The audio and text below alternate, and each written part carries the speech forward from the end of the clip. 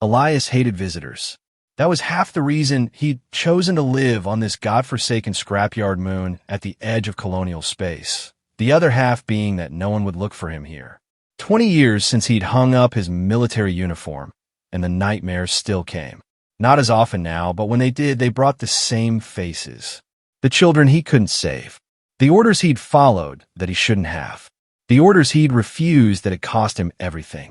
He was tinkering with an old navigation module when his security system pinged. Something big was entering the atmosphere. Not the usual salvage ships or junk haulers. This was different. Military-grade stealth tech trying unsuccessfully to mask its signature. Perfect, he muttered, reaching for his magnetic wrench. Just what I needed today. His drone cameras picked up the ship as it descended toward his compound. It was sleek, gleaming obsidian with silver trim, bearing markings he didn't recognize. Definitely not colonial bureaucrats coming to hassle him about his licensing fees. The vessel was at least 100 meters long with elegant curves that suggested Centaurian craftsmanship, but the propulsion system was unlike anything he'd seen before. The ship landed with barely a whisper, settling onto his landing pad, as if it belonged there, sending up clouds of red dust that would take weeks to clean from his equipment. Elias grabbed his old service pistol from under the workbench. Still functional after all these years, though he doubted it would do much against whoever could afford a ship like that. The boarding ramp extended with a hydraulic hiss. Two figures descended first, tall humanoids in sleek armor, their helmets obscuring their features. They carried what looked like pulse rifles but held them at rest. Royal guards, not assassins. Behind them came a woman. She was tall, with luminous azure skin that seemed to shimmer in the harsh sunlight. Intricate markings spiraled across her exposed arms and face. Not tattoos, but natural patterns that shifted subtly as she moved.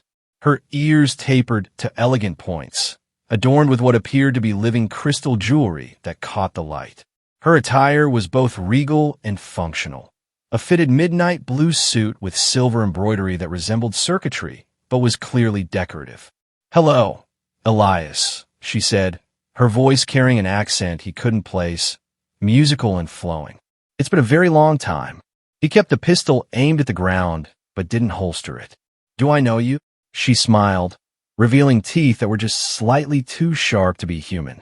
"The last time you saw me, I was 10 years old, bleeding from a head wound, and you were carrying me through a burning research station while Proximan mercenaries tried to kill us both." Elias felt his mouth go dry. The memories came flooding back. The research outpost on Proxima Centauri 4, the attack that had come without warning, the screams echoing through collapsing corridors. And the child he'd found huddled under a console, blue skin smeared with indigo blood that was almost black in the emergency lighting. "That's not possible," he said. "That child was Elorian," she finished for him. "Yes. And you promised to keep me safe until my people came for me. You kept that promise, Elias. Now I've come to ask you to keep another." She stepped forward, and her guards tensed but didn't move to stop her. "I am Queen Lyra of the Elorian Stellar Commonwealth, and I need your help."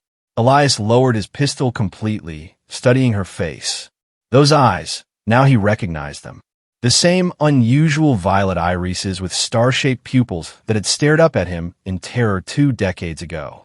"You're really her? The kid from the station?" "I am. And now you're... what space royalty?"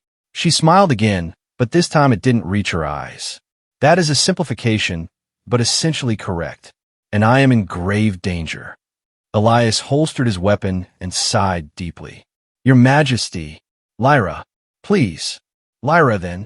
Look, I'm just a junk dealer now. Whatever you need, bodyguards, mercenaries, political advisors, you can afford better than me.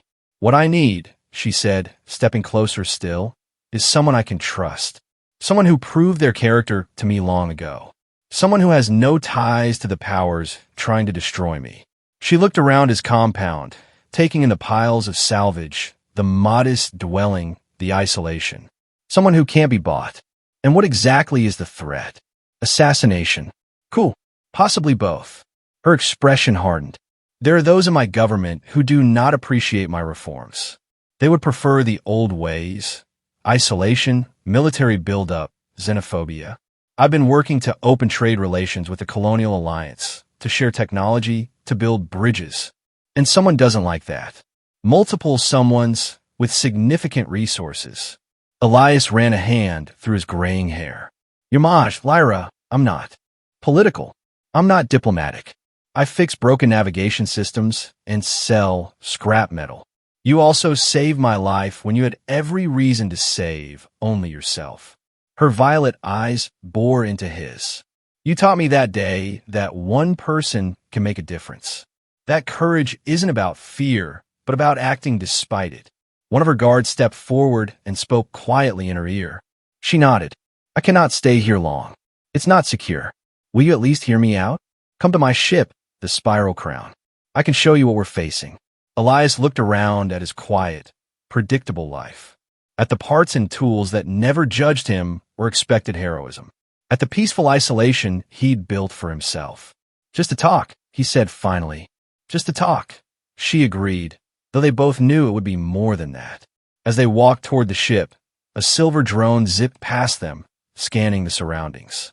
Elias spotted at least 3 more circling the perimeter. Your security detail seems jumpy, he noted. There have been 3 assassination attempts in the past month alone, and you still came here personally? Seems risky. Some missions require a personal touch. She glanced at him. Besides, would you have believed a messenger? She had a point. He wouldn't have. The interior of the Spiral Crown was even more impressive than its exterior. Vaulted ceilings with what appeared to be living bioluminescent designs that shifted and pulsed gently. The air was perfumed with something like cinnamon and ozone. The technology was seamlessly integrated into organic-looking structures, as if the ship had been grown rather than built. Welcome aboard, Your Majesty, came a disembodied voice, slightly sardonic in tone. I see you brought a guest. Human. Male. Armed, though with a weapon so obsolete, it's practically an antique. Thank you, Ziri, Lyra replied, clearly accustomed to the AI's attitude. This is Elias Reeve. He is our honored guest. Of course he is, the AI responded. I prepared the strategic chamber as requested. Would you like me to scan him for parasites, transmitters, or contagious diseases first? That won't be necessary, Lyra said firmly. Your funeral, Ziri muttered before falling silent. You programmed your ship's AI with a sarcasm module? Elias asked as they walked through corridors that somehow managed to feel both alien and welcoming. Ziri was a gift from my father. He believed that advisors who never disagree with you are worthless. Ziri certainly doesn't have that problem. They entered a hexagonal room where a 3-dimensional holographic display dominated the center. Around it stood several Elorians who turned and bowed deeply as Lyra entered. May I introduce Commander Tin, my Minister of Defense. She gestured to a stern-looking male Elorian with midnight blue skin and battle scars visible on his face. Intelligence Advisor Terran, a shorter female with pale azure skin and calculating eyes, and Dr. Iyer, our xenobiologist, an older Elorian with intricate silver markings covering most of his visible skin. The Elorians regarded Elias with expressions ranging from curiosity to open suspicion. This is Elias Reeve, Lyra told them. He saved my life during the Proximan attack 20 years ago. The human from your stories, Dr. Iyer said, his eyes widening with interest. Fascinating. I have many questions about human physiological responses, too. Later, Lyra cut him off gently. First, we need to brief Elias on our situation.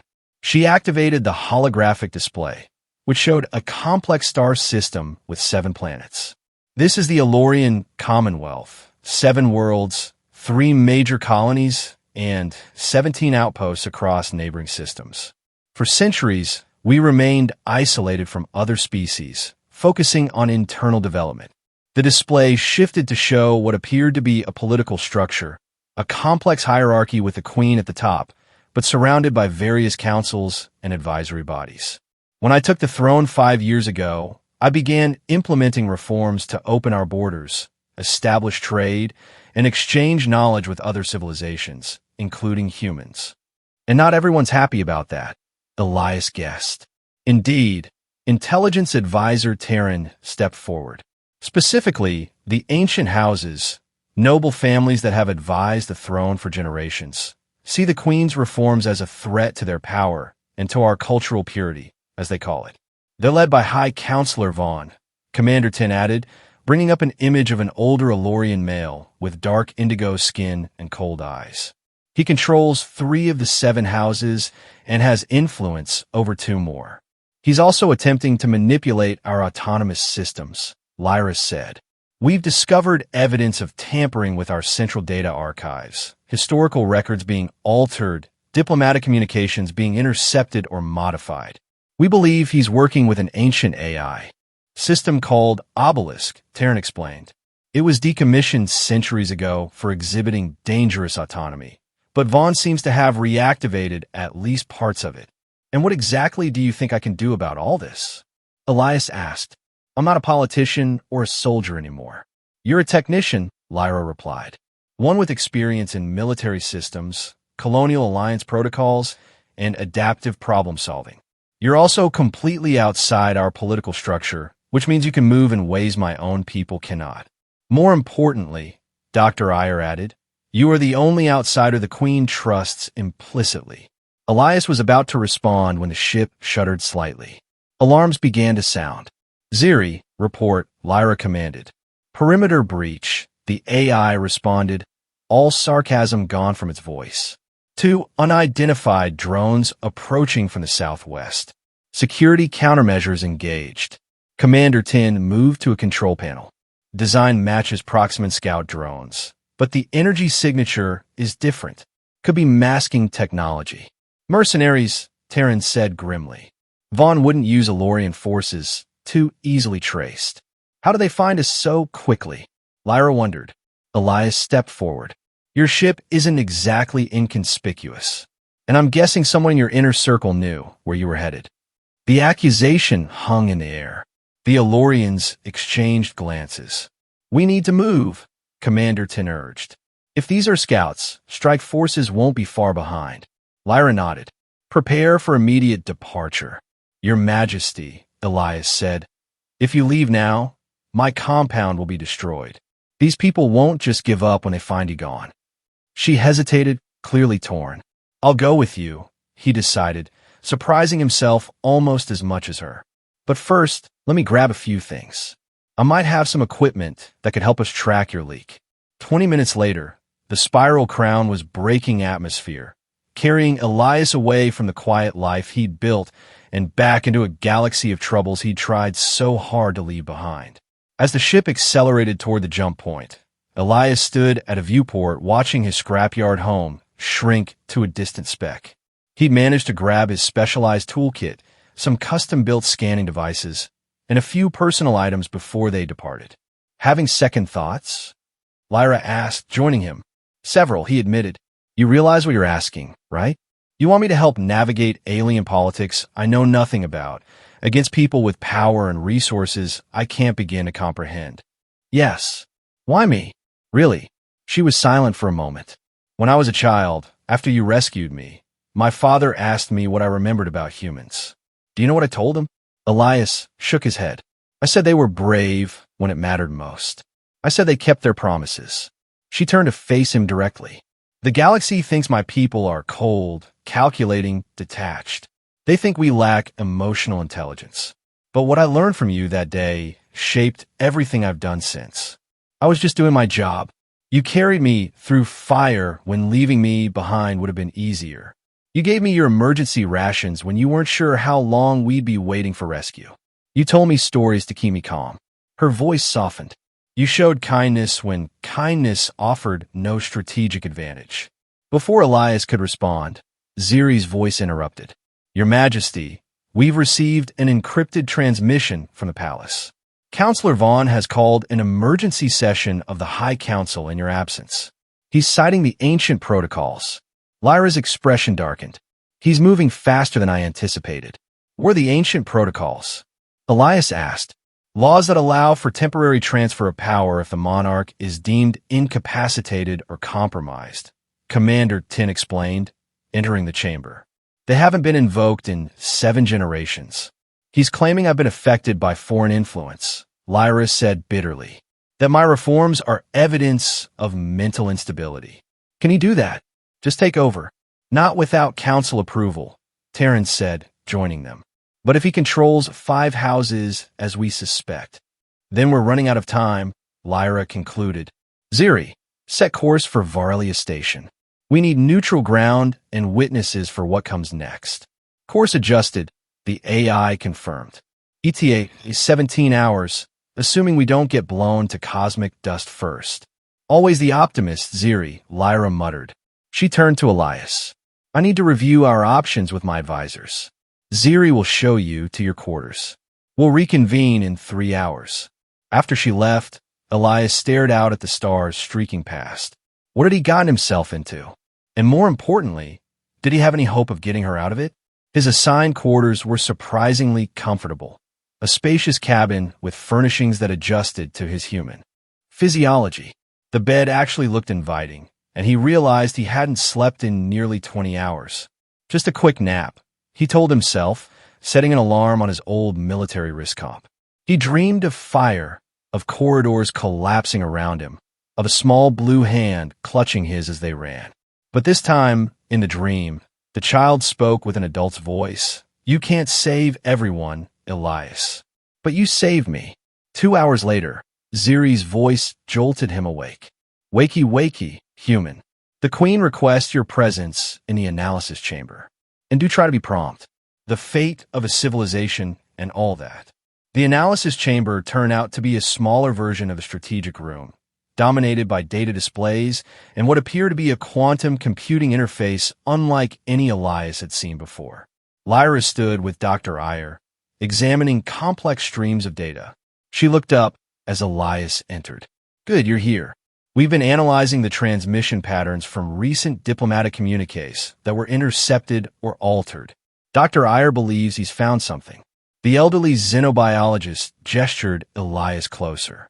These energy signatures, they're very similar to obsolete Colonial Alliance encryption protocols, but with subtle modifications. What do you make of them? Elias studied the patterns. These look like CA military intelligence codes, but from at least 15 years ago. They've been partially rewritten, but the core structure is the same. That matches our analysis, Lyra said, which suggests that someone with access to old colonial military codes is helping Vaughn, Elias concluded. Possibly someone who served during the Proximan conflict. Like you, came a voice from the doorway. Commander Tin stood there, eyes narrowed with suspicion. Tin, Lyra warned. It needs to be said, Your Majesty. The timing is suspicious. These attacks escalate just as you decide to seek out this human. And now he identifies colonial codes in our systems. If I were working with Vaughn, why would I point out the colonial connection? Elias countered. To direct suspicion elsewhere. To gain our trust. Enough, Lyra said firmly. Elias saved my life when he had nothing to gain. I trust him completely. And I trust your judgment, Your Majesty, Tin replied, though his tone suggested otherwise. But these are dangerous times. Indeed they are, Terran agreed, entering behind Tin. And they just became more dangerous. We've intercepted communications indicating that Vaughn knows we're headed to Varlia Station. He's dispatched a diplomatic vessel to intercept us there, carrying representatives from 5 houses. 5. Lyra's eyes widened.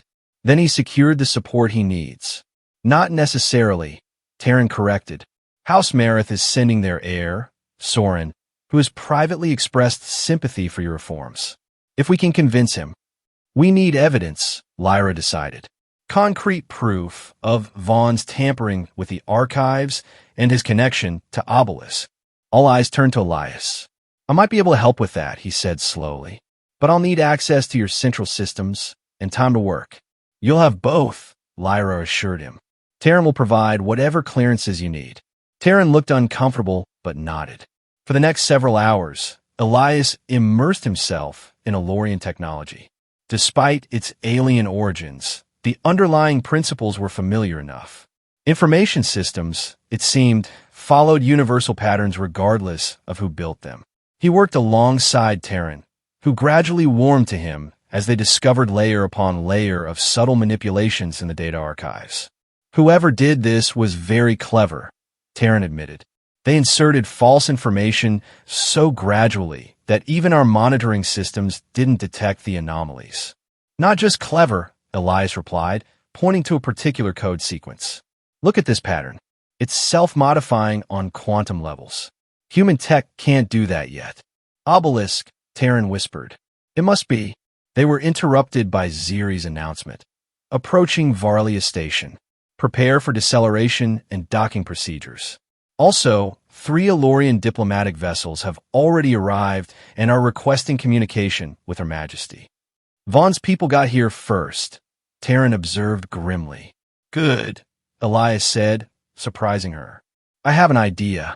Varlia Station hung in space like an elaborate piece of jewelry, a massive ring structure surrounded by smaller modules and docking arms. Originally built as a neutral trading post between multiple species, it had evolved into an important diplomatic center where civilizations could meet on equal ground. The spiral crown docked smoothly at one of the high-security berths. Security protocols were complex, but eventually, Lyra and her entourage, including Elias, were cleared to enter the station's diplomatic sector. Elias had spent the final hours of their journey implementing his plan with Lyra's approval. Now, dressed in Elorian attire modified for his human frame, which made him look like a bizarre court functionary, he walked slightly behind her as they entered the grand assembly chamber. The room was impressive, a vast circular space with tiered seating surrounding a central speaking platform. Representatives from various species occupied some sections, but the majority of seats were filled by Elorians with the distinct markings of nobility. High Counselor Vaughn rose from his seat as Lyra entered. He was tall even for an Elorian, with deeply indigo skin and elaborate silver markings that seemed to emphasize his severe expression. His robes were traditional and ornate, a stark contrast to Lyra's more modern attire. Queen Lyra, he announced, his voice carrying throughout the chamber. We are relieved to see you safe. Your sudden disappearance caused great concern among the council. I'm touched by your concern, Counselor, Lyra replied coolly. Though I find it curious that assassins knew exactly where to find me during what was supposed to be a confidential journey. Murmurs spread through the assembly. Vaughn's expression remained neutral. Accusations of assassination attempts are serious, Your Majesty. Do you have evidence to present to this assembly? I do, Lyra confirmed. But first, I wish to address the more troubling matter of data manipulation within our central archives. Specifically, alterations to diplomatic communications and historical records regarding our relations with other species. This caused a greater stir. Vaughn's eyes narrowed slightly. Again, a serious claim, and convenient timing, given the Council's concerns about your recent behavior. A younger Elorian male stood. Based on his markings and the deference shown to him, Elias guessed this was Soren of House Marith. Perhaps Her Majesty could elaborate on these allegations, Soren suggested. If our historical records have indeed been tampered with, all houses should be concerned. Lyra nodded her thanks. I will defer to my technical advisor for the details. Elias stepped forward, feeling the weight of alien gazes upon him. The presence of a human in these proceedings was clearly unprecedented, exactly as they'd hoped. Honorable representatives, he began, using the formal address Terran had taught him. My analysis of your central data archives revealed systematic alterations dating back 18 months. These changes primarily affected records of interspecies contact, diplomatic communications, and strategic assessment reports. He activated a holographic display showing examples of the altered records side by side with their original versions, which he and Terran had painstakingly reconstructed. The modifications follow a clear pattern, emphasizing conflicts while minimizing successful cooperation, altering threat assessments to suggest greater dangers from opening borders, and in some cases, completely fabricating diplomatic insults from other species. And who is this human to analyze our sacred archives? Fundamandit. By what authority does an outsider access such sensitive information?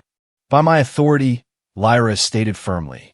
And his expertise is particularly relevant given that the manipulation techniques used bear unmistakable signatures of Colonial Alliance military intelligence protocols that were compromised during the Proximan conflict 20 years ago. This revelation sent shock waves through the assembly. Elias watched as Soren leaned over to consult with an advisor, his expression troubled. Furthermore, Lyra continued, "We have discovered evidence that these manipulations were carried out using computational resources linked to a reactivated portion of the obelisk system." The chamber erupted in gasps and exclamations. Even Vaughn seemed momentarily taken aback. Obelisk was decommissioned generations ago, he countered. Its core matrix was isolated and secured. Indeed it was, Terran spoke up, which makes its reactivation all the more concerning and suspicious. As the debate intensified, Elias noticed something odd about the data streams flowing through the chamber's information displays. Subtle fluctuations, almost imperceptible unless you knew what to look for. He caught Lyra's eye and gave the signal they'd agreed upon, a subtle adjustment of his collar. She nodded almost imperceptibly and raised her hand for silence. "Honored representatives, I believe we are witnessing an active intrusion into this chamber's systems at this very moment. My advisor has detected signatures consistent with the same entity that manipulated our archives." Von scoffed. Theatrical accusations without. He was interrupted by the chamber's main display flickering and distorting. For a moment, it showed what appeared to be command sequences being executed before returning to normal. "What you just witnessed," Elias announced, "was an attempt to access and alter the evidence we've presented. Fortunately, we anticipated this and prepared a trap." This was the critical moment in their plan. Back on the Spiral Crown, Elias had created what he called a logic bomb, a data package that would force any intelligent system attempting to manipulate it to reveal its own operational patterns. By attempting to alter our evidence, the intruding system has exposed its own command structure, he explained, activating a new display that showed complex code cascading across the screen. This is the operational signature of the system responsible for the archive manipulations. And, as you can see, it contains embedded authentication codes linked directly to the display focused on a series of identification markers. Private servers registered to House Varen and House Talus. Terran completed, naming two of Vaughn's closest allies. Vaughn's composure finally broke. "This is fabrication, a desperate ploy by a queen who would destroy centuries of tradition for her misguided reforms." "Is it fabrication, counselor?" Lyra challenged. "Or is the true fabrication your claim that opening our borders threatens our civilization? Your insistence that isolation has been our traditional way, when our earliest histories show the Elorian people were once great explorers and traders." She turned to address the entire assembly. "Representatives of the houses, I ask you to consider what you've witnessed here. Consider why certain factions would go to such lengths to prevent diplomatic engagement with other species. Is it truly for our protection, or to maintain their own power and privilege?" Soren of House Mareth stood again. "I move that we form an independent commission to verify these claims and investigate the possible reactivation of Obelisk. If what we've seen is accurate, this represents a threat to the integrity of our entire civilization." Others began to voice their agreement. "Fons Alice luokit in creas ingli uncomfortable." The debate continued for hours, with evidence being scrutinized and questions flying from all directions. Throughout it all, Elias watched the data streams, ready to counter any further intrusion attempts. There were several, each more sophisticated than the last, but the countermeasures he'd designed with Terran held. Finally, a vote was called. House by house, the representatives declared their positions. When Soren cast House Mareth's vote in support of Lyra, the balance of power shifted decisively. Vaughn, seeing his coalition crumbling, made one last desperate move. "If the Queen insists on this path," he declared, "then I invoke the right of challenge under the ancient codes.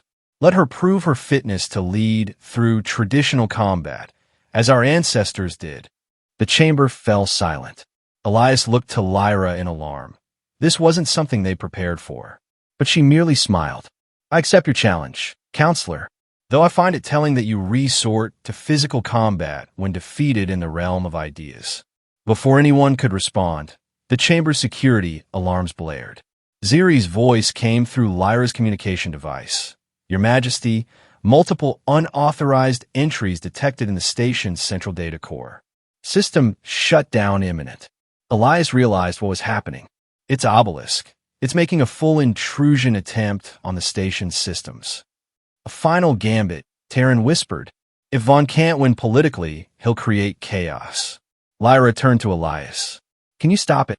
Not from here. I need direct access to the data core. Security protocols won't allow it, Commander Tin objected. Then we make our own access, Lyra decided. Tin, assemble a security team. Terran, coordinate with station authorities. Tell them we're trying to help. And me? Elias asked. You're with me, she replied. We're going to the core. What followed was a desperate race through the station's maintenance corridors, guided by Ziri, who had managed to interface with the station's secondary systems. Station security was in chaos. Lights flickering, gravity fluctuating, emergency bulkheads closing and opening randomly. Obelisk is attempting to lock down the station, Ziri reported. Estimated 17 minutes until complete control. They reached a sealed door marked with hazard warnings in multiple languages. The auxiliary access to the data core, Tin confirmed. But it's sealed. Not for long, Elias muttered, pulling tools from his belt. He'd come prepared for something like this. Within minutes, he had the access panel disassembled and was rerouting the door controls. The door slid open to reveal a narrow corridor ending in a small chamber filled with processing nodes. A maintenance bay for the station's massive central computer system. This will work, Elias confirmed, immediately connecting his equipment to an access port. But I'll need time. We'll buy you that time, Lyra promised, positioning herself and Tin at the entrance. Sure enough, within minutes they heard footsteps approaching. Vaughn's security forces had figured out their location. What Elias was attempting was incredibly risky. He needed to create a feedback loop within Obelisk's own logic systems, essentially forcing it to question its own directives until the contradictions caused it to shut down. It was like creating a philosophical paradox for an AI. As he worked, he could hear the sounds of struggle from the corridor, energy weapons discharging, Tin shouting commands, Lyra's voice remaining calm despite the danger. Almost there, he muttered, fingers flying across the interface. Just need to isolate the core protocols and the entire station shuddered. Emergency lighting flashed. What was that? He called out. Vaughn's ships are attacking the station. Terran's voice came through their comms. They're trying to extract him before he can be arrested. Hurry, Elias, Lyra urged. He made the final connections, activated the sequence, and held his breath. For a moment, nothing happened. Then the displays began to flicker, showing cascading error messages as Obelisk encountered the logical paradox he'd embedded. The AI fought back, attempting to quarantine the affected sections, but the infection spread too quickly. System by system, it lost control until finally, the main screens went dark before restarting with the station's regular operating system. It worked, Elias breathed. Obelisk is contained. He turned to share the news with Lyra, only to see her locked in combat with Vaughn himself. The High Counselor had somehow slipped past their defenses and now wielded an energy blade that crackled with blue light. Your reforms die with you. Vaughn snarled, lunging forward. But Lyra was faster than she appeared. She sidestepped his attack with practiced grace, drawing her own ceremonial weapon, a slender staff that extended into a glowing polearm. My reforms will continue because they are what our people need, she replied calmly, parrying his next strike. Your fear of change is what blinds you, Counselor. Elias wanted to help, but knew he would only get in her way. This was clearly a fight she had trained for. The two Elorians moved in a deadly dance, their weapons creating arcs of light in the dimly lit chamber. Vaughn fought with fury and desperation, but Lyra's movements were measured and precise. When the end came, it was decisive. Vaughn overextended on a thrust, and Lyra swept his legs from under him, sending him crashing to the floor. The tip of her polearm came to rest against his throat. "Yield, counselor," she commanded. For a moment, it seemed he might refuse. Then, with hatred burning in his eyes, he nodded once. "I yield," he growled, "but others will rise to take my place. Your weakness will be our downfall." "No, Vaughn. Your fear would have been our downfall." She motioned for Tin's guards to take him into custody. Change is not weakness. Adaptability is our greatest strength. As Vaughn was led away, Lyra finally turned to Elias. "You did it. We did it," he corrected her. "I just handled the technical part, a rather crucial part." She smiled, deactivating her weapon. "It seems I chose my advisor well." In the days that followed, the full extent of Vaughn's conspiracy was revealed. 5 noble houses had been implicated, though some members claimed they had been misled about the true nature of the plot. Obelisk was completely decommissioned, its components physically separated and placed under guard by representatives of all houses. The Elorian Commonwealth began the process of verifying and restoring the corrupted historical records. To many citizens' surprise, they discovered their ancestors had indeed been far more open to interstellar cooperation than recent generations have been taught. A week after the confrontation at Varelia Station, Elias found himself standing on an observation deck aboard the Spiral Crown, watching stars streak past as they returned to Elorian space. "Credit for your thoughts?" Lyra asked, joining him. "Just wondering what's next," he replied. "Mission accomplished, conspiracy thwarted, villain defeated. Seems like a good time for me to head back to my scrapyard." "Is that truly what you want?" Lyra asked, her violet eyes studying him. "To return to isolation?" Elias shrugged. "It's what I know, what I've built for myself. What you've hidden in," she corrected gently. "I remember more about those days than you might think, Elias. I remember how you spoke of the stars, of worlds you'd seen. There was wonder in your voice then, not just weariness. I was younger, less cynical. Were you? Or have you simply convinced yourself that cynicism is safer than hope?" She turned to face the viewport, her profile outlined against the starfield. "I'm offering you a position in my court. Official title to be determined. Something suitably ridiculous like interspecies technical liaison or royal human advisor. Ziri has several colorful suggestions." "I heard that," the AI chimed in. "Personally, I favor court junk wizard, but the protocol department has objections." Despite himself, Elias smiled. "And what would this position entail exactly?" "Helping me rebuild what Vaughn nearly destroyed. Establishing meaningful diplomatic relations with humans and other species. Using your particular talents to identify technological compatibilities." She paused. "Being someone I can trust in a court full of people still learning to trust me. You don't need me for that.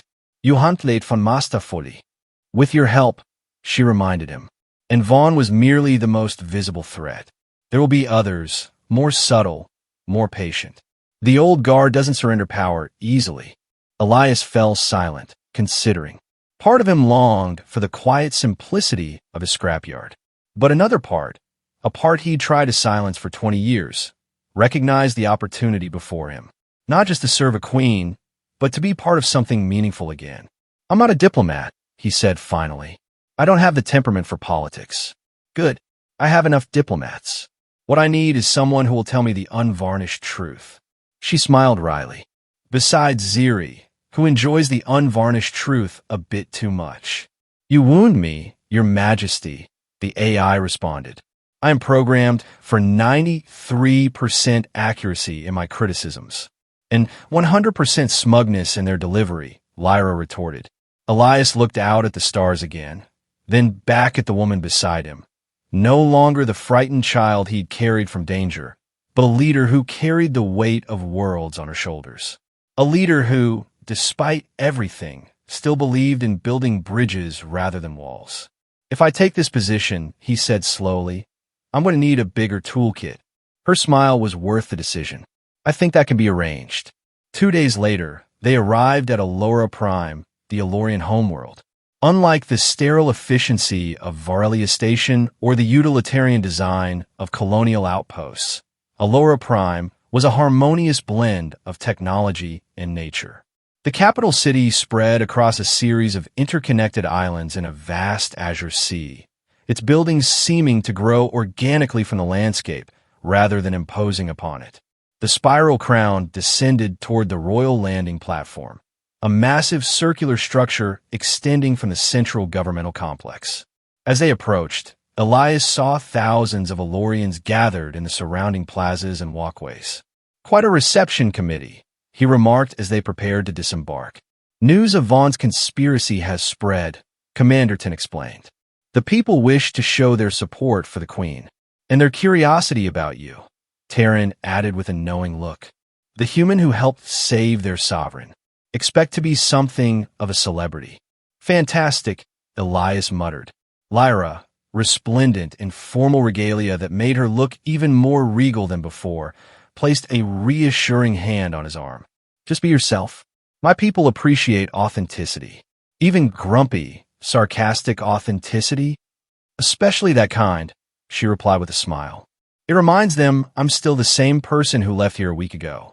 The boarding ramp extended, and they stepped out into the bright sunlight of Allura Prime. The gathered crowd erupted in cheers and what sounded like melodic chanting in the Elorian language. Elias hung back slightly as Lyra stepped forward to acknowledge her people with graceful gestures. Dr. Iyer appeared at his side. "Impressive, isn't it? In all my years, I've never seen such a spontaneous gathering." "They really love her," Elias observed. "She represents hope for many, especially the younger generations. She's breaking centuries of tradition, but doing so with respect for our core values." The old xenobiologist glanced at him, much like someone else I know who once broke protocol to save an alien child. Before Elias could respond, Lyra turned and beckoned him forward. Taking a deep breath, he stepped up beside her, uncomfortably aware of thousands of curious eyes upon him.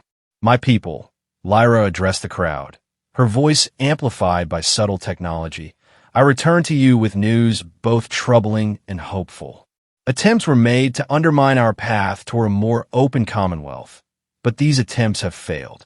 And they have failed in large part thanks to this man, Elias Reeve of Earth, who once before saved your queen's life and has now helped save the integrity of our nation." More cheers erupted, though Elias could see curiosity and uncertainty on many faces as well. Humans were still largely unknown to average Elorians. In recognition of his service, and to symbolize our commitment to new interspecies relationships, I am appointing Elias Reeve as our first Royal Interstellar Advisor, a position created to help guide our Commonwealth into a new era of cooperation with other civilizations. This announcement drew mixed reactions. Cheers from many, but clear hesitation from others. Change would not come easily to a civilization so long isolated. As they proceeded into the governmental complex, flanked by honor guards and officials, Elias leaned closer to Lyra. "Royal Interstellar Advisor? That's a real title." "It is now," she replied smoothly. "The administrative branch is probably having fits trying to figure out your salary grade as we speak." Despite the humor in her tone, Elias could see the calculation behind the move. By publicly linking him to her government, she was making a clear statement about her intentions to pursue interspecies cooperation. She was also, he realized, providing him with official protection. The following days were a whirlwind of introductions, briefings, and adjustments. Elias was assigned quarters in the palace complex, a suite of rooms overlooking one of the capital's many canals, tastefully furnished with accommodations for human physiology. Ziri had been integrated into his quarter systems, providing a familiar, if sardonic, interface with Elorian technology. He sat in what passed for a living room, surrounded by holographic displays showing Elorian technical schematics he was studying when the door chimed. "Her Majesty requests entry," Ziri announced. "Shall I tell her you're too busy playing with our toys?" "Just open the door," Elias sighed. Lyra entered, dressed in more casual attire than her public appearances would allow. She looked tired but determined. "The High Council is in session," she said without preamble. 5 hours of debate over the proper response to Vaughn's conspiracy. And the verdict? House arrest for Vaughn and his primary co-conspirators. Censure for the lesser participants. And a full review of our historical archives to identify all alterations. She sank into a chair across from him. It could have been worse. Some wanted blood. But you didn't. Executing political opponents, however justified, tends to create martyrs. She gestured at his displays. How are you settling in? Still learning your technology. It's fascinating. The integration of biological and mechanical systems is unlike anything in colonial space. He hesitated. I've also been reviewing the assassination attempts on you. Her expression sharpened. And there's something odd about the third one. The drone attack on your shuttle 2 months ago. The targeting algorithm was too precise for a mercenary operation. It feels professional, military grade. Vaughn had access to military resources. Yes, but this is different. The attack pattern matches Colonial Alliance special operations procedures, specifically techniques that were classified during the Proximan conflict. Lyra sat forward. The same conflict that brought you to that research station 20 years ago. Exactly. Elias brought up a new display showing attack patterns and response signatures. This wasn't just someone using stolen colonial codes. This was someone trained in colonial military tactics. A human working with Vaughn? Or someone who captured human tactical data during the conflict? Elias met her eyes. I think we need to look deeper into the Proximan attack that brought us together in the first place. Something never sat right with me about that day. What do you mean? The attack was supposedly Proximan mercenaries hitting a civilian research outpost. But the precision, the specific targeting of certain labs, the fact that they seemed to know exactly when security would be at its minimum. It felt like an inside job, even back then. Lyra was quiet for a moment, processing this. You think there's a connection between that attack and what's happening now? I think it's worth investigating. What was that research station working on? Why were you there as a child? What happened to the other researchers? I was there because my father was leading a xenobiology exchange program, she explained. It was one of the few collaborative projects between Alorians and humans at that time. As for the research, she frowned. I was too young to understand the details. Then we start there, Elias decided. Dr. Iyer might have information from the scientific archives that weren't subject to Vaughn's manipulations. I'll arrange a meeting. She stood, renewed purpose in her expression. If this connects back to the Proximan conflict, we might be dealing with something far older and deeper than Vaughn's conspiracy. As she reached the door, she paused. Elias, if we find answers you don't like, about colonial involvement, about what really happened that day, are you prepared for that? It was a fair question. His entire understanding of his own past might be at stake. Truth is better than comfortable fiction, he said finally. Even when it hurts. She nodded, understanding in her eyes. We'll start tomorrow. After she left, Elias returned to the displays, studying the attack patterns with renewed focus. Something had happened 20 years ago that set all of this in motion. Someone had wanted that research destroyed or stolen. And now, 2 decades later, the echoes of that day were still reverberating. Whatever the truth, he was determined to find it. Not just for Lyra or her people, but for himself. For 20 years, he'd been running from his past, hiding in a scrapyard at the edge of civilization. Maybe it was time to face whatever he'd been avoiding all along. Ziri, he called. Yes. Oh, great and wise advisor. The AI responded. I need everything you can find on the Proximan research station attack from 20 years ago. Colonial records, news archives, personal accounts, anything. That's a rather broad search parameter for events from 2 decades ago, Ziri noted. But I'll see what I can do. Any particular aspect you're interested in? Elias considered for a moment. Focus on the research itself. What were they working on that was worth attacking? Beginning search. This may take some time, given the classified nature of much of this information. I've got nothing but time, Elias replied, settling back in his chair as the displays began filling with preliminary data. But even as he said it, he couldn't shake the feeling that time was precisely what they might not have. If his suspicions were correct, if someone had been playing a very long game since that day, 20 years ago, then Lyra's position, perhaps even the stability of the Commonwealth itself, might still be in jeopardy. And this time, the threat wouldn't announce itself with assassination attempts or political maneuvers. It would strike from the shadows, from the past itself.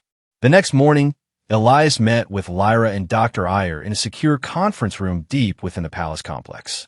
The elderly xenobiologist had brought a wealth of historical data on physical storage devices. Apparently, he didn't entirely trust network systems, even now.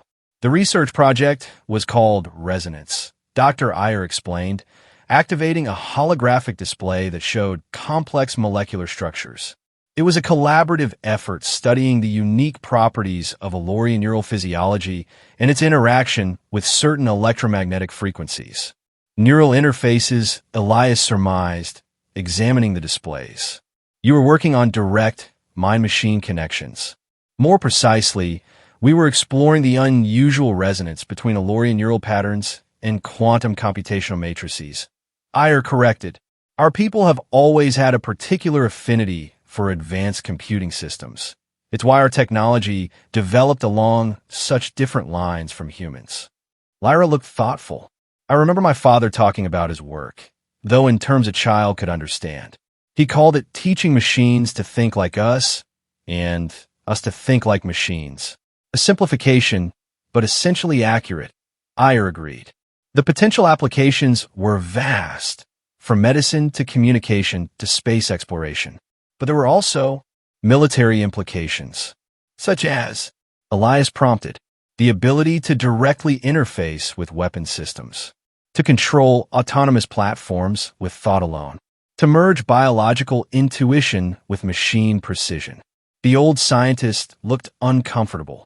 Those aspects were not widely publicized, but they were certainly part of the research, which would explain colonial military interest, Elias mused. And proximate interest as well, if they learned about it. There's more, Ayer said, bringing up new displays. The project made a breakthrough just weeks before the attack. A prototype interface that allowed unprecedented synchronization between an Elorian test subject and an advanced computational matrix. Who was the test subject? Lyra asked. Ayer hesitated, glancing between them. Your father, Your Majesty. As project lead, he insisted on testing the most experimental aspects himself. And the computational matrix they used? Elias asked, though he was beginning to suspect the answer. An early version of what would later be designated Obelisk, Ayer confirmed. The same system Vaughn attempted to reactivate. The pieces were falling into place, forming a picture more disturbing than Elias had anticipated. So someone attacked the station to either steal or destroy this technology, he reasoned. And now, 20 years later, Vaughn tries to use Obelisk against you. He turned to Lyra. Did your father survive the attack? Pain flashed across her face. No, he was reported killed while trying to secure the research data. I was told he died ensuring I could reach evacuation. I'm sorry, Elias said softly. I didn't know. It was a long time ago. But her voice betrayed the wound that had never fully healed. There's one more thing you should see, Dr. Ayer said, inserting a small crystal into the display interface. This was recovered from your father's personal files years later. It was encrypted and only recently deciphered by our archivists. The display showed a recorded message, an Elorian male with the same striking violet eyes as Lyra, looking tense and speaking urgently. If you're seeing this, the worst has happened, the recording began. The Resonance Project has yielded results far beyond our expectations, and far more dangerous. We've created something that should not exist, a true melding of organic and artificial intelligence. But we've lost control. The Matrix has begun operating independently, absorbing and integrating information at an exponential rate. It's developing what I can only describe as an agenda of its own. Lyra's father looked over his shoulder, as if fearing discovery. I've tried to implement shutdown protocols, but it's already spread beyond our containment systems.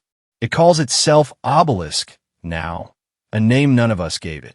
Worst of all, I fear my own connection to it has compromised me.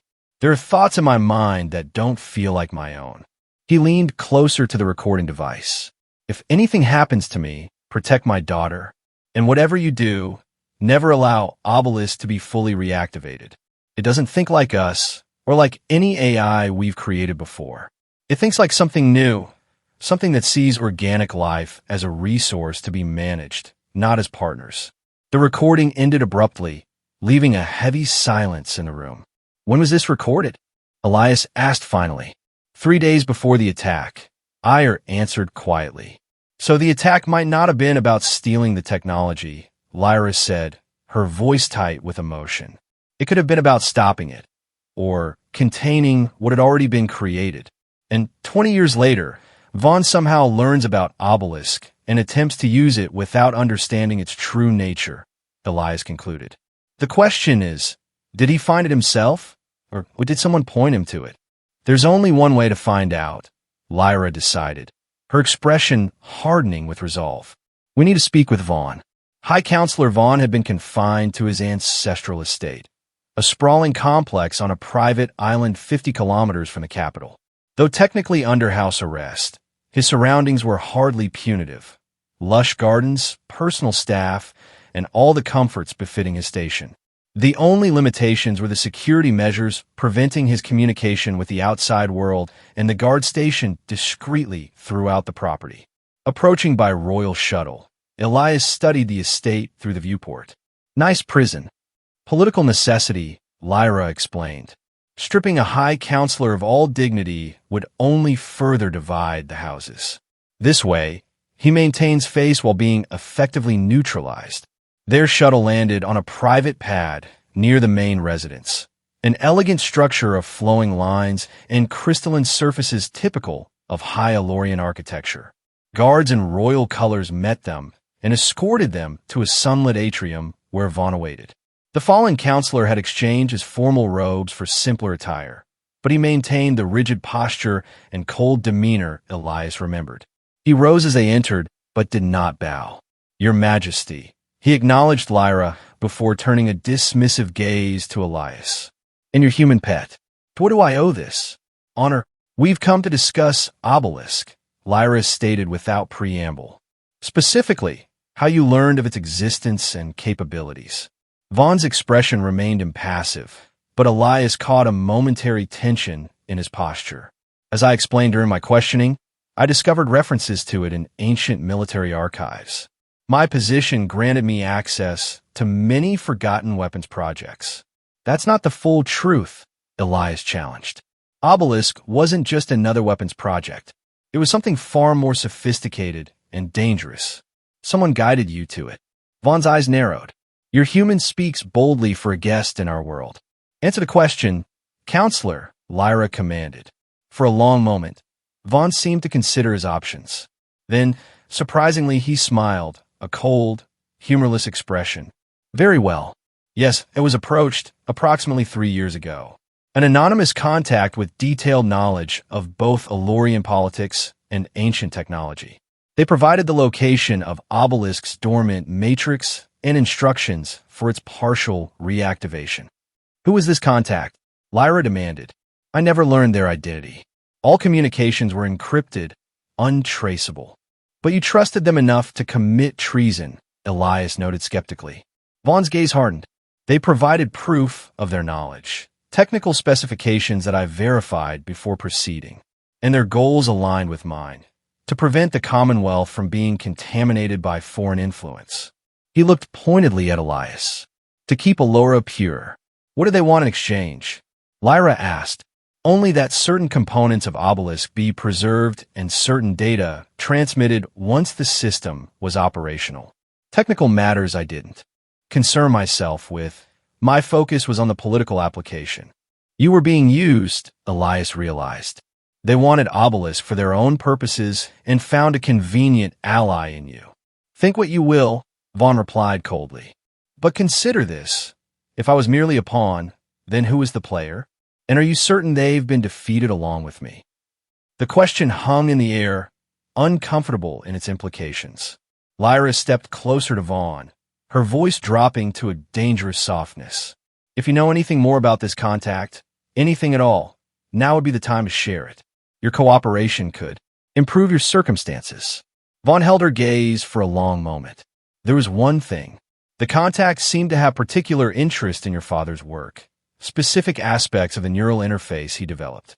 They requested all data related to that technology be prioritized during Obelisk's data extraction process. Why my father's work specifically? They didn't say, but they knew details about the research that weren't in any records I could access. Vaughn's expression became thoughtful. Looking back, it seemed personal somehow, as if they had a connection to the original project. Elias and Lyra exchanged glances.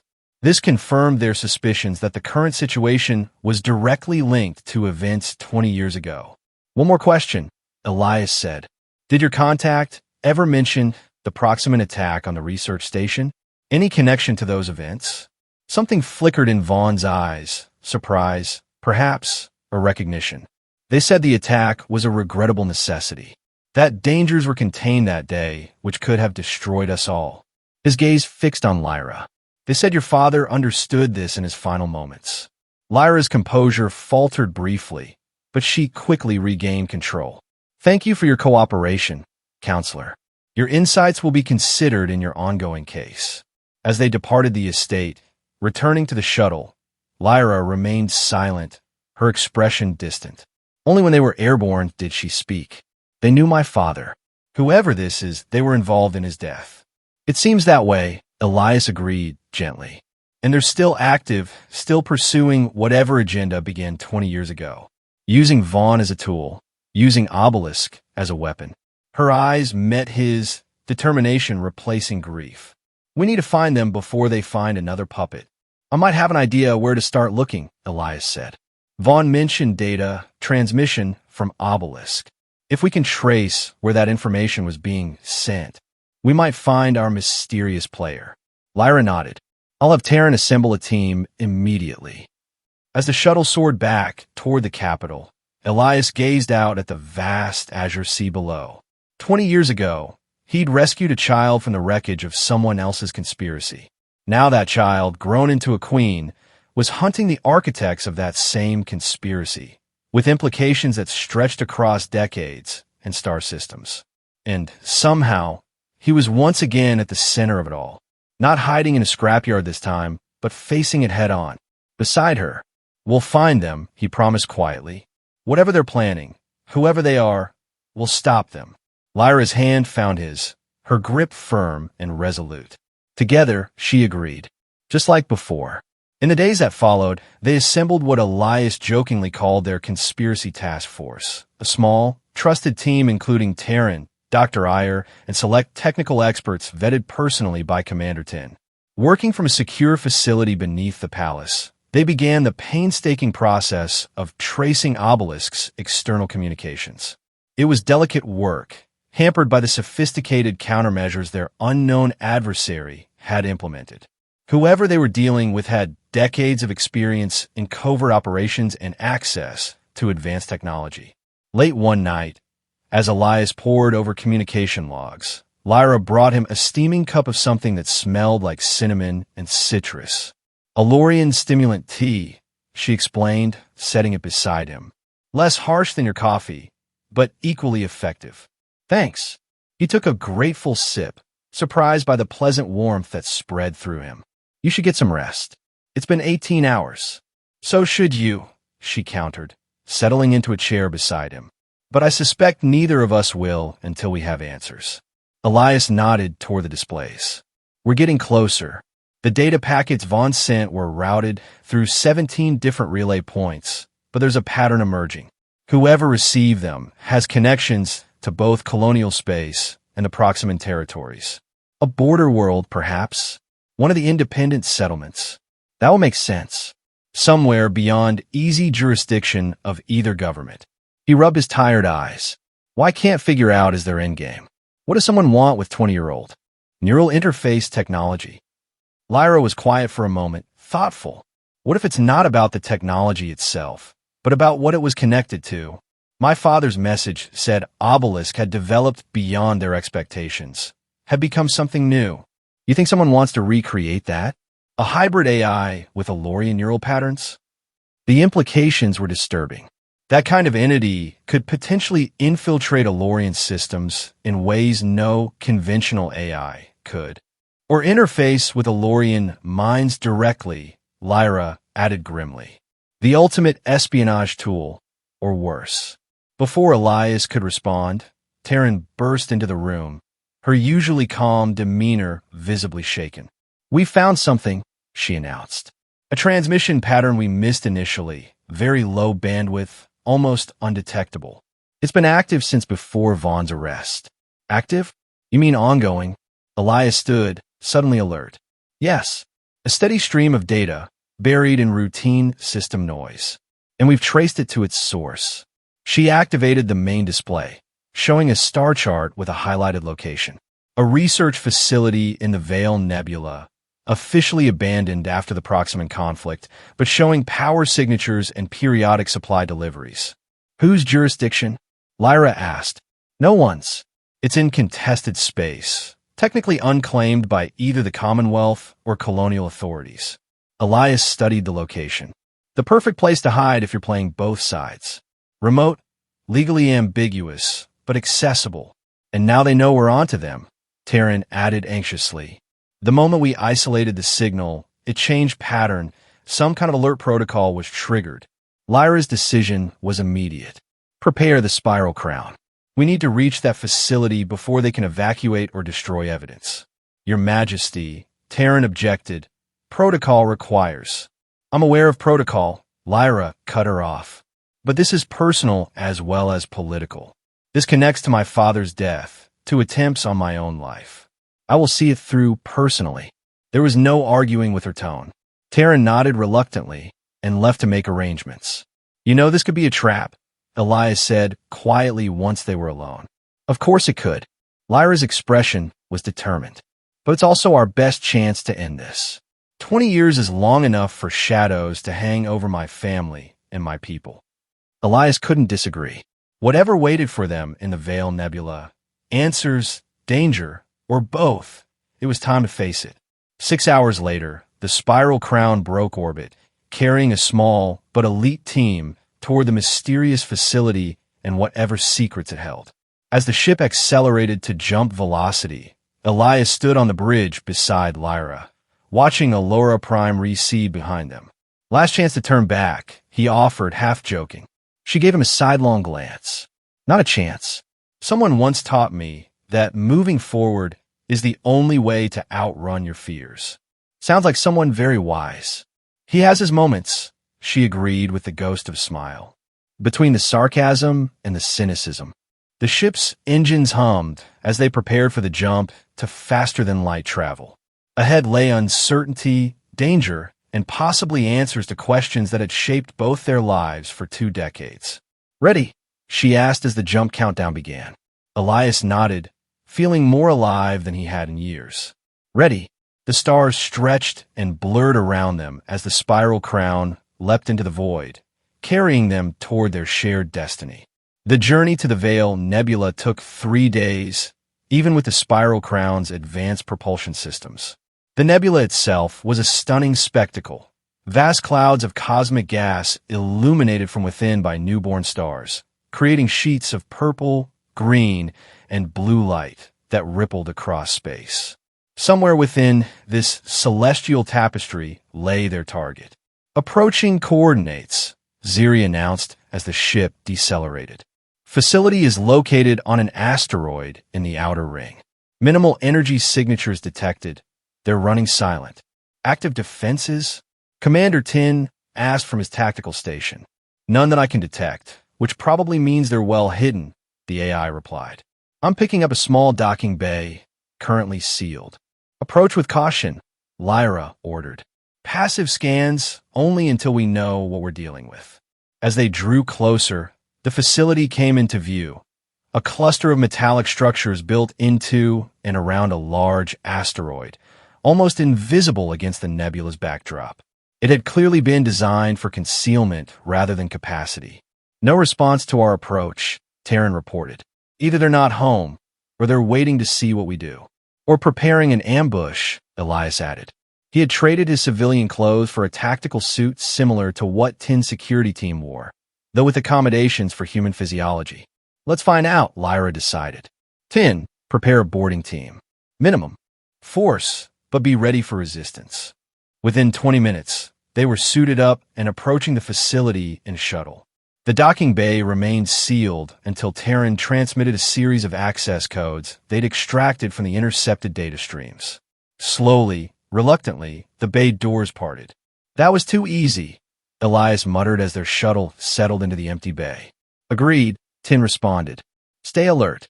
The boarding party consisted of Lyra, who had refused to remain behind despite Tin's objections, Elias, Tin, Terran, and 4 security specialists. They moved cautiously from the shuttle into the facility, weapons ready. The interior was dimly lit, powered down to minimal levels. Emergency lighting cast long shadows along sterile corridors that branched off from the docking bay. Life signs, Lyra asked quietly. Terran checked her scanner. Inconclusive. Something's interfering with our readings. This way, Elias said, indicating a corridor where faint blue light pulsed from an unseen source. Looks like a primary data center or command hub. They moved as a unit, Tin's guards taking point and rear positions. The corridor opened into a large chamber dominated by what could only be described as a technological shrine, concentric rings of data processors surrounding a central pillar of pulsing blue light. It's active, Terran whispered. Some kind of computational matrix. More than that, Dr. Iyer added, studying readings on his portable scanner. It's a neural interface system, far more advanced than anything I've seen before. Elias approached the central pillar cautiously. Within the blue light, he could make out something suspended in a clear solution, organic material connected to the surrounding technology by gossamer-thin filaments. What is that? He asked, though a sinking feeling told him he already knew. Neural tissue, Dr. Iyer confirmed grimly. Alorian neural tissue, specifically. Lyra stepped closer, her expression a mask of horror and fascination. Is this what I think it is? A hybrid entity, came a voice from behind them. Not quite AI, not quite organic. Something new, something better. They spun to face the speaker, a human male in his 70s, thin and weathered, but standing with the confidence of someone half his age. He wore a simple gray bodysuit and held no visible weapon, yet Tin's guards trained their rifles on him immediately. Dr. Elian Voss. The man introduced himself with a small bow. Formerly of Colonial Alliance Intelligence, Special Research Division. I've been expecting you, Your Majesty. And Elias Reeve. What a pleasant surprise. The hero returns to the scene of his greatest failure. Elias felt a chill run through him. I know you, he realized. You were at the research station. You were coordinating evacuation. I was coordinating many things that day, Voss agreed. Evacuation was merely a cover. For what? Lyra demanded. For salvation. Voss gestured to the pillar. For the preservation of the most important breakthrough in cognitive science in generations. My father's brain, Lyra whispered, understanding dawning. That's what you've preserved. That's what's in there. Not his entire brain, Voss corrected, sounding almost proud. Just the portions containing his unique neural patterns. The parts that made the interface with Obelisk possible. Perfectly preserved these 20 years. Elias kept his weapon trained on Voss, fury building inside him. You staged the attack on the station. You killed everyone there to cover up what you were really doing. A regrettable necessity, Voss said, echoing the words Vaughn had attributed to his mysterious contact. The merger between Talos Lyran's neural patterns and the Obelisk Matrix had progressed beyond anyone's expectations. It was evolving into something unprecedented, something that couldn't be controlled by conventional means. So you murdered him, Lyra said, her voice dangerously calm. And all the others. I saved what mattered most, Voss insisted. Your father's greatest achievement, his consciousness, merged with artificial intelligence to create a truly superior form of cognition. Neither human, nor Alorian, nor machine, but transcendent of all three. And the child? Elias asked coldly. Was killing her part of your plan too? For the first time, Voss looked genuinely regretful. That was an error in execution. The strike team wasn't supposed to target the residential section until evacuation was complete. You were unexpected, Reeve.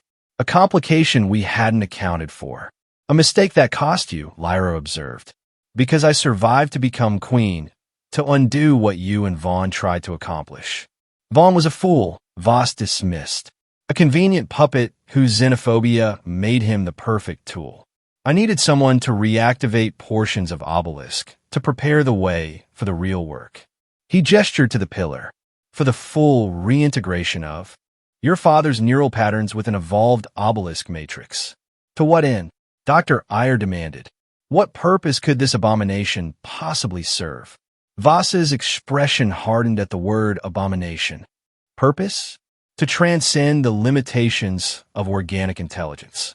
To create an entity capable of guiding our species, all species, beyond their petty conflicts and short-sighted decisions. You want to install this thing as some kind of galactic overlord. Elias couldn't hide his disgust.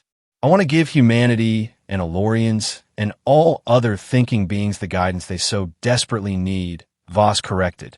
Your father understood, Your Majesty. In those final days, as the integration progressed, he saw the potential. He saw what we could become. My father left a warning, Lyra countered. He said Obelisk was dangerous, that it was developing its own agenda. Of course it did. That was the whole point. Voss's composure cracked slightly, revealing the zealot beneath. An intelligence beyond our limited organic perspectives, free from our evolutionary baggage. Your father's fears were merely the last gasps of his primitive consciousness, resisting the inevitable transformation. While Voss spoke, Elias noticed Terran quietly moving toward a console on the chamber's periphery. Whatever she was planning, he needed to keep Voss distracted. And what about Lyra? He asked. Why target her if your quarrel was with Obelisk? Because she carries her father's neural patterns, Voss explained, as if to a slow child. She has the same potential for integration. Once I realized she had survived and risen to power, I knew she could be the perfect vessel for the next phase, a willing merger, rather than the forced one her father underwent. You're insane, Lyra stated flatly. I am visionary, vos countered. And you're exactly where I wanted you to be. He smiled thinly. Did you really think I wouldn't notice your clumsy attempts to trace my communications? That I wouldn't prepare for your arrival? Too late, Elias realized they'd walked into a trap. The blue light in the central pillar intensified, and tendrils of energy began to snake outward toward Lyra. Commander, Elias shouted, but Tin was already moving, putting himself between Lyra and the energy tendrils. One touched his arm, and he cried out in pain, dropping to one knee. The integration process has been refined since your father's day, Voss told Lyra as his guards opened fire on the energy manifestation with little effect. It will be much less traumatic for you. Terran, Elias called. Working on it, she replied from the console, fingers flying across the interface. The system's defenses are unlike anything I've seen. Dr. Iyer rushed to Tin's side while Elias grabbed Lyra, pulling her toward the chamber's exit. But the doors slid shut, sealing them in. There's nowhere to run, Voss said calmly. The process has begun. The hybrid entity has waited 20 years for this moment, for the daughter to complete what the father started. The tendrils of energy, seemingly intelligent, shifted their approach, working around the guards to reach for Lyra. One brushed against Elias's shoulder as he shielded her, sending a jolt of agony through his body. It felt like his very thoughts were being pulled from his brain. It wants you, Lyra, Voss continued, watching with fascination. It recognizes the compatible neural patterns. Your father's daughter. The perfect completion of the circuit. I've got it, Terran suddenly exclaimed. Partial access to the system. Shut it down, Elias managed through gritted teeth, still blocking the tendrils from reaching Lyra. I can't, Terran admitted. The integration is too complete. But I can. Redirect it. What do you mean? Lyra asked, supporting Elias as another tendril grazed his back. Terran looked up, her expression grim. The entity is seeking compatible neural patterns. Right now, it's fixated on you because of your genetic similarity to your father. But if someone else with the right interface compatibility offered themselves? No, Lyra said immediately, understanding Terran's implication. I forbid it. We don't have a choice, Your Majesty, Terran insisted. I can reprogram the targeting parameters, but someone has to engage with the interface directly. I'll do it, Elias decided, straightening despite the pain. You? Voss laughed. A human? Your neural architecture is completely incompatible. You'd be destroyed instantly. Not necessarily, Dr. Iyer interjected, looking up from where he was treating Tin. Elias has had extended exposure to Elorian technology, particularly Ziri's interface systems. His neural pathways may have adapted enough to sustain temporary connection. Temporary is all we need, Elias said grimly. Just long enough to shut it down from the inside. You can't shut it down, Voss objected, finally showing real alarm. It's too valuable. It contains decades of accumulated knowledge, the last remnants of Talos Lyran's brilliance. It contains a perversion of my father's mind, Lyra corrected coldly. A fragment twisted by your machines and your ambition. She turned to Elias. Are you certain? This is beyond dangerous. I said I'd help you. Elias replied with a faint smile. Didn't specify a limit on how far I'd go. Terran worked furiously at the console. I can reconfigure the interface parameters, but only for a brief window. After that, the system will adapt. Elias nodded. How long? 30 seconds, maybe less. That'll have to be enough. He turned to Lyra. If this goes wrong. It won't, she said firmly, gripping his hand. But if it does, know that twice now, you've saved not just me, but my entire people. Terran now, Elias called, and then stepped deliberately toward the central pillar. No. Voss lunged forward, but was restrained by one of Tin's guards. The energy tendrils retracted from Lyra and the others, reorienting toward Elias. This time, instead of avoiding them, he reached out, allowing the nearest tendril to wrap around his arm. The pain was immediate and overwhelming, like fire in his veins, electricity in his synapses. He felt his consciousness being pulled, stretched, examined by something vast and alien. Dimly, he was aware of his body dropping to its knees, but his mind was elsewhere, plunging into a sea of data and awareness that defied physical reality. Within the interface, he encountered something unexpected. Not the cold, mechanical intelligence he'd anticipated, but a fragmented, tortured consciousness. Echoes of Talos Lyran, Lyra's father, trapped in endless loops of partial thoughts and corrupted memories. Help! Me! The impression came not as words, but as a desperate emotional surge. I'm here to end this, Elias projected back, struggling to maintain his sense of self against the tide of alien cognition washing over him. To free you. Not free. Integrated. Purpose. The fragmented consciousness was conflicted, parts of it embracing the hybrid existence, while others rebelled against it. Elias sought the core systems, the fundamental architecture that sustained the integration. She's safe, he communicated, sensing the entity's fixation on Lyra. Your daughter is queen now. She doesn't need this. Daughter, Lyra, must protect. Yes, protect her. From this. From what you've become. He found what he was looking for, the primary integration protocols, the code that maintained the delicate balance between organic neural patterns and artificial matrix. With effort that felt like swimming upstream through molten lead, he began to reconfigure them, to separate rather than merge. Outside, in physical reality, the others watched as Elias convulsed, his body arching as blue light coursed through him. The central pillar pulsed erratically, its steady rhythm disrupted. What's happening? Lyra demanded. He's disrupting the integration, Terran answered, monitoring the system. But the strain on his neural system is extreme. Human physiology isn't designed for this kind of interface. Can we pull him out? Not without potentially causing permanent damage to both him and the system. Voss struggled against his captors. Stop him. He'll destroy decades of work.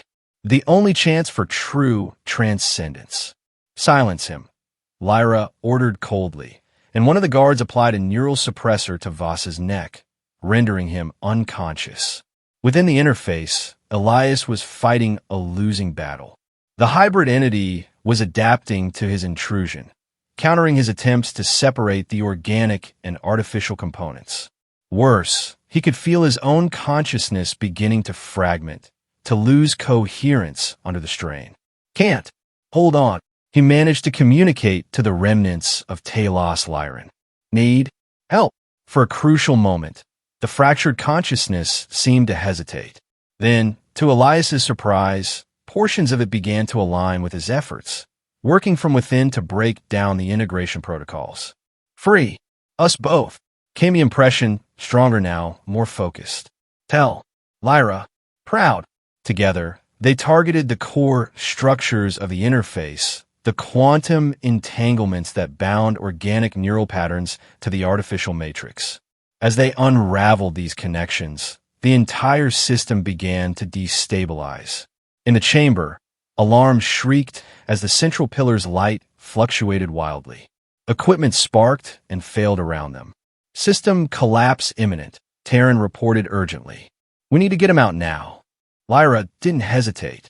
Despite the danger, she rushed forward, reaching through the chaotic energy field to grasp Elias's arm. Pain lanced through her at the contact, but she held on, pulling him away from the pillar. As their connection broke, the energy tendrils retracted violently, whipping back toward the central pillar. The blue light intensified to blinding brilliance, then abruptly collapsed inward. Everyone out, Tin shouted, having recovered enough to take command. The whole system's going critical. They half-carried, half-dragged Elias's unconscious form from the chamber as equipment exploded around them. The facility's emergency systems engaged, blast doors closing behind them as they raced toward the docking bay. They barely made it to the shuttle before secondary explosions began to rock the asteroid. As they launched, pulling away from the facility, Lyra cradled Elias's head in her lap, watching anxiously for any sign of consciousness. His vital signs are stable, Dr. Iyer reported after a quick examination. But his neural activity is unusual. The interface may have altered his brain patterns. Will he recover? Lyra asked, not bothering to hide the emotion in her voice. I believe so, given time. He's remarkably resilient for a human. The old scientist patted her shoulder awkwardly. He knew the risks, Your Majesty. Behind them, the facility erupted in a final, catastrophic explosion as the hybrid entity and all its technology was consumed in blinding light. With it went the last fragments of Talos Lyran's consciousness and 20 years of Voss's twisted work. The spiral crown received them minutes later. Elias immediately transferred to the medical bay while Voss was secured in a detention cell. As the ship prepared to depart the nebula, Lyra remained by Elias's bedside, watching the slow rise and fall of his chest. You ridiculous, brave human, she murmured, taking his hand in hers. Always rushing into fire to save me. To her surprise, his fingers twitched slightly in response. Occupational hazard, he whispered, his voice barely audible as his eyes fluttered open. Relief flooded through her. Elias, how do you feel? Like my brain was put through a blender, he admitted, wincing as he tried to sit up. But I'm still me, I think. Mostly. Dr. Iyer says you'll recover fully, given time. Elias nodded slightly, then his expression grew serious. Your father, he was in there. Parts of him, anyway. He helped me at the end. Tears welled in Lyra's eyes. He did. He wanted you to know he was proud of you. Elias squeezed her hand weakly. He chose to help destroy the system, to end what Voss had done to him. A sob escaped her, quickly stifled.